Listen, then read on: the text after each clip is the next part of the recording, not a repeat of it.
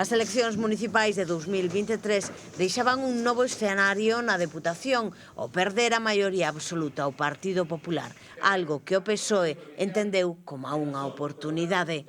Foi un ano moi productivo desde o punto de vista de que, desde o primer momento éramos conscientes da situación, que a través dos resultados das eleccións municipais que a realidade é esa. O Partido Popular non tiña unha maioría absoluta na Diputación e se abrían unhas expectativas de poder acadar acordos beneficiosos para toda a provincia.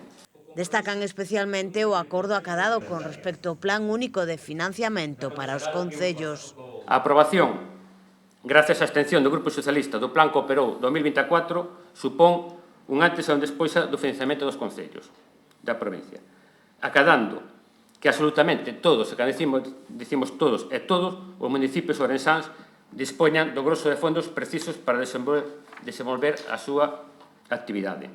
A pesar do descenso na representación, o PSOE incrementou os seus membros nas comisións informativas e preséntanse á hora de facer balance como o grupo máis activo en canto a mocións presentadas no Pleno, cun total de 17.